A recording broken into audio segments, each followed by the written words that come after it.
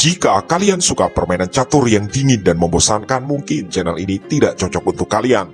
Selamat datang kembali sahabat-sahabat penggemar catur di channel Wong Catur. Channel khusus partai catur brutal yang penuh kejutan dan pengorbanan perwira secara spektakuler.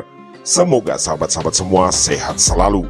Kali ini kami membawakan sebuah partai sangat cantik dari ajang Vergani Cup di Italia pada tahun 2022, yaitu antara Grandmaster catur Ukraina Anton Korobov melawan Grandmaster muda asal India Bharat Subramaniam. Seperti video-video kami yang lain, di partai ini kita akan melihat permainan sangat seru dengan langkah pengorbanan mengejutkan yang sulit dijangkau pecatur biasa. Sehebat, seindah dan semengejutkan apa langkah-langkah dalam permainan ini? Ikuti sampai video benar-benar selesai, siapkan fokus, bersiaplah tercengang, dan mari kita mulai. Pada permainan kali ini, Anton Korobov memegang buah putih dan Bharat Subramaniam memegang hitam. Permainan dibuka dengan pion D4 dan pion D5. Anton Korobov lalu mendorong pion C4 menantang pertukaran. Bharat Subramaniam menolak tawaran dan memilih mendorong pion C6 memberi pengawalan bagi pionnya. Kedua pemain lalu mengembangkan kuda sayap raja ke petak F3 dan F6. Ini adalah formasi Slav Defense Modern Line. Kuda sayap menteri milik Anton Korobov juga dikembangkan ke C3 dan hitam menjawab pion E6 sambil membuka jalan pengembangan bagi gajah petak gelap miliknya. Putih gajah G5 mengepin kuda terhadap menteri. Bharat Subramaniam melompatkan kuda B ke D7 menambah pengawalan bagi kuda satunya. Putih lalu pion E3 memberi jalan penjagaan gajah terhadap pion C4.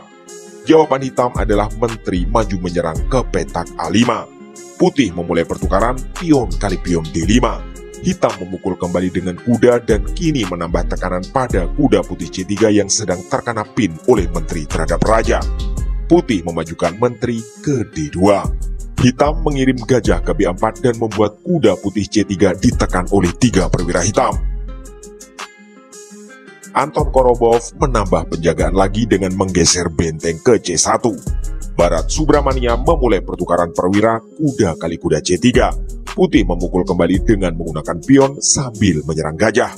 Gajah hitam maju ke A3 dan berbalik menyerang benteng. Dan putih menggeser bentengnya ke petak B1. Hitam pion B6 memberi jalan bagi gajah Fianchetto di langkah-langkah selanjutnya. Menteri putih maju ke D3 dan jawaban hitam adalah rokade sayap raja. Anton Korobov lalu memajukan gajah ke E2 dan terlihat pula sebagai persiapan rokade. Hitam menggeser benteng ke E8. Di langkah ke-14 ini, putih juga melakukan rokade sayap raja. Bharat Subramaniam kemudian menarik mundur gajahnya kembali ke petak F8 dan kini menteri hitam menekan pion putih A2.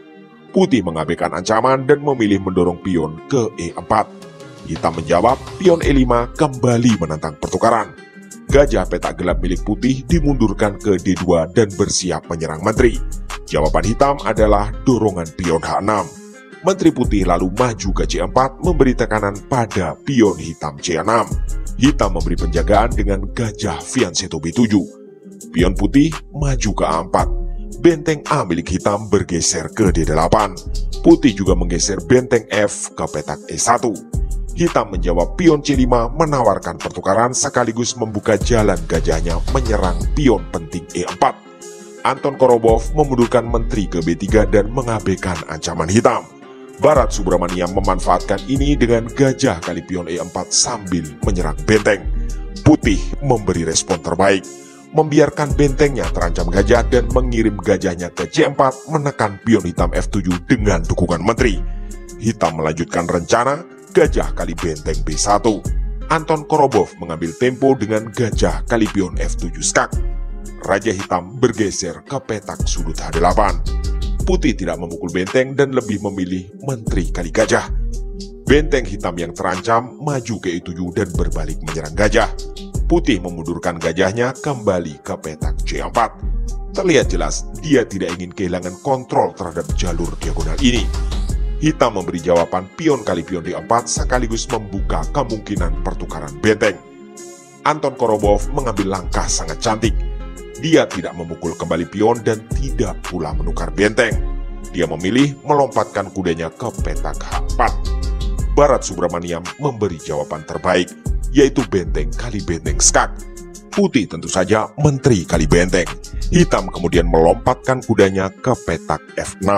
Tentu saja kuda ini mengemban tugas penting yaitu mengawal petak G8 dan petak H7. Putih lanjut dengan pion kali pion D4 sambil gajahnya menyerang menteri. Hanya ada satu jalan selamat bagi menteri hitam, yaitu memukul pion A4 sambil menyerang gajah.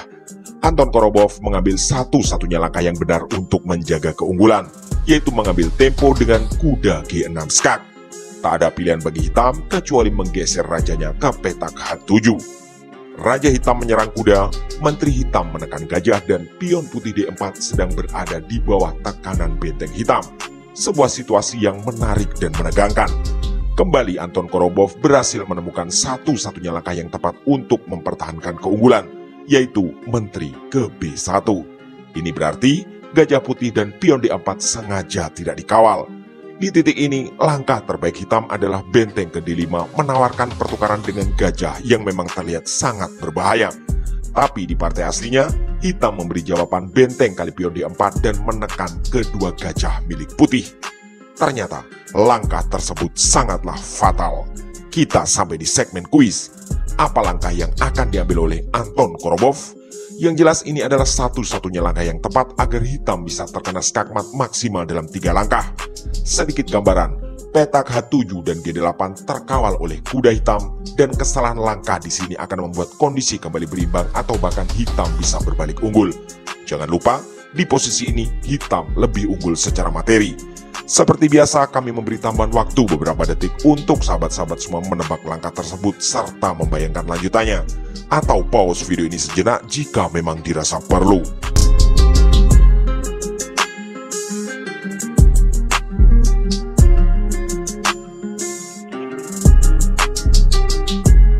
Oke, terima kasih dan selamat bagi yang tebakannya benar. Langkah tersebut adalah kuda kali gajah double skak. Tak ada jalan bagi Raja Hitam kecuali mundur ke petak H8. Kami yakin sebagian sahabat berhasil menemukan langkah barusan. Tapi bagaimana dengan lanjutannya? Ya, kita tiba di bagian paling spektakulernya dan mungkin tidak terfikir oleh sebagian sahabat pecinta catur. Sang perwira tertinggi milik Anton Korobov dikirim untuk menjadi tumbal ke petak H7 skak. Tentu saja, ini adalah pengorbanan yang tidak bisa ditolak, sehingga kuda hitam harus memukul menteri. Dan inilah langkah cantik pamungkasnya. Kuda putih kembali ke petak G6 dan skakmat. Terlihat jelas alur rencana dari Anton Korobov tadi. Menteri dikorbankan demi mengisi petak H7 dengan kuda hitam yang akhirnya menghalangi langkah rajanya untuk menyelamatkan diri. Sungguh rancangan serangan yang begitu indah dan mematikan dari Grandmaster Ukraina Anton Korobov. Jika sahabat-sahabat ingin diskusi tentang kemungkinan langkah tertentu, kami mohon untuk menyertakan pula angka menit dan detik, agar kami tidak gagal paham serta bisa berusaha menjawab dengan baik. Demikianlah video singkat kali ini, semoga sahabat-sahabat semua puas dengan permainan yang luar biasa indah. Dan semoga pula bisa menjadi inspirasi dan referensi bagi kita semua. Kami atas nama segenap kru channel Wong Catur mengucapkan terima kasih telah menyimak. Mohon maaf atas kesalahan kata dan sampai jumpa di video catur berikutnya.